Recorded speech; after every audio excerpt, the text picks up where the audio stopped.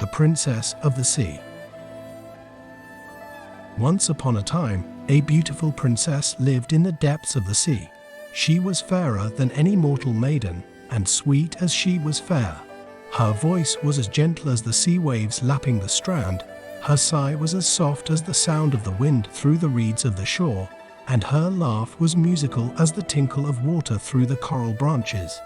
Her mother was no more, but her father, the old Sea King, adored her and gave her all the treasures of the deep. The princess lived in a magnificent palace built of mother of pearl. All the creatures of the sea had given to its adornment. Pearls gleamed from its walls, amber pillars, like shafts of light, supported its roof, while a million lights gleamed from branching corals. The princess did not always stay in this home, beautiful as it was. She loved the fresh breath of the open sea. It brought the color into her cheeks and made her happy. When she went forth, she rode upon a dolphin, who plunged through the sea foam and rode over the crested waves with careless grace. One day the princess mounted his back for a long ride. The next day and the next she went again, and always in the same direction. Then her father noticed that she seemed sad, and he said to her, "Where do you go each day, my daughter? Why is it that you do not stay at home?"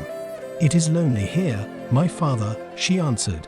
"I like to ride upon the top of the waves, for there I can watch the strange beings who live upon the land.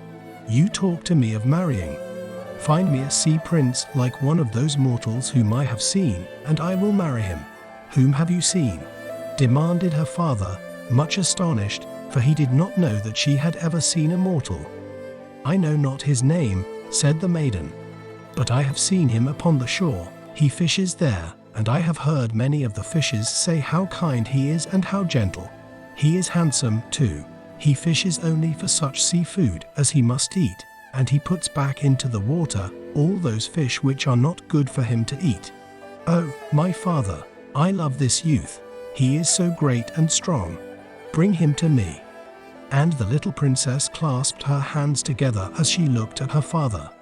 But the Sea King was angry. "It is not fitting that you should think such thoughts," he said in high displeasure. "A sea princess should not marry a mere mortal. Tarry at home henceforth. No more shall you go to ride upon the dolphin." So the poor little princess stayed at home and pined.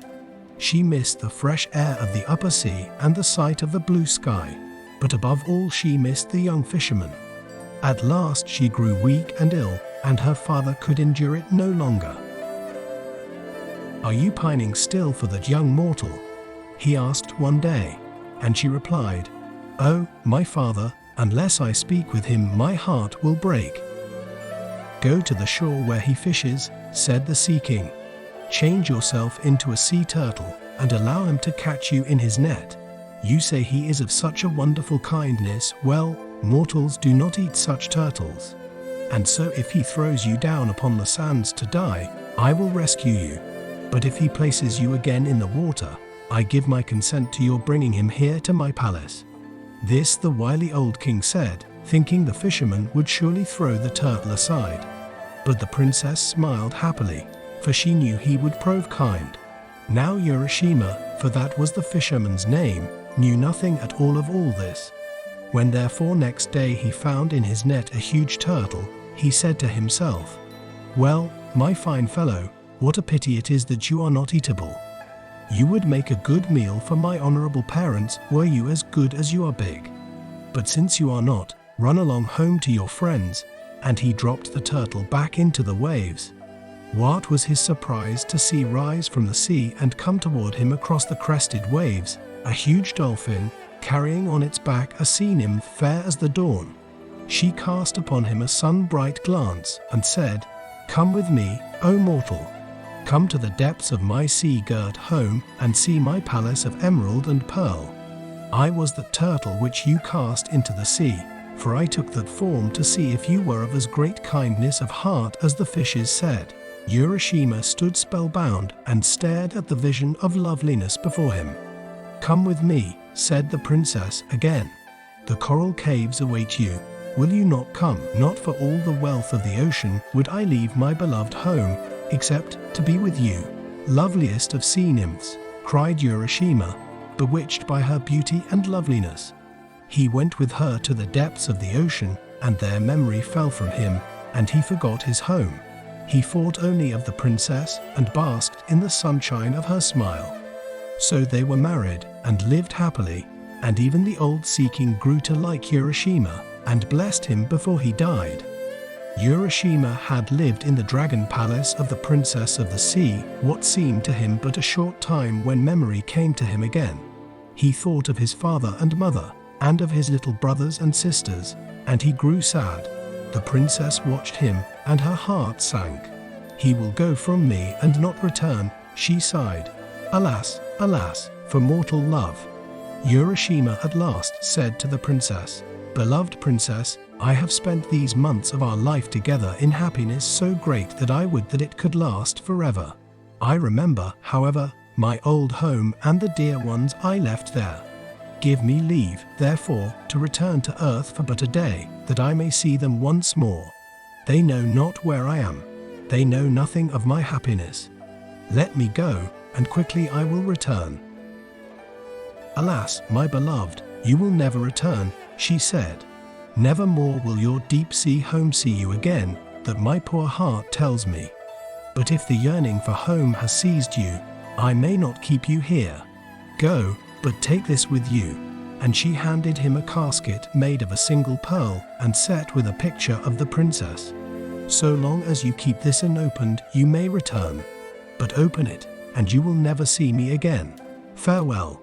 So Urashima returned to earth, bearing with him the little casket. His home seemed strange to him. The village street was not what it used to be. His father's house no longer stood beneath the tall bamboo. He saw no familiar faces. At last, puzzled and distressed, he asked a passerby if he knew what had happened to all the people of Urashima's family. "Urashima," he answered in amazement. "He was drowned in the sea many, many years ago. His people all lie buried on the hill. Their very tombs are lichen grown with age." "Am I dreaming?" cried Urashima. "My sea princess, what have you done to me?" Then seizing the casket, he gazed upon the face of the nymph, and as he did so a strange desire came over him to see what was within. He opened it just a crack, and a thin grey smoke rose toward heaven, and in the curling clouds he seemed to see the lovely form of the princess, and her eyes gazed sadly at him. Then he looked down at himself in wonder.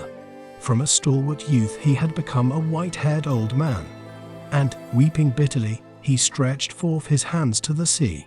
When Urashima had followed the sea princess into the ocean some time ago, little did he know that time for him would stand still, but time on earth would move on. So, as of then, he had been gone from earth for 1,000 years, and his entire family and many future generations had gone old and died. Urashima then lived his life on earth as a frail old man fending for himself, coming every single day to the ocean and meeting his beloved sea princess until one day he ceased to come, and the sad sea princess knew that he had joined his family in heaven.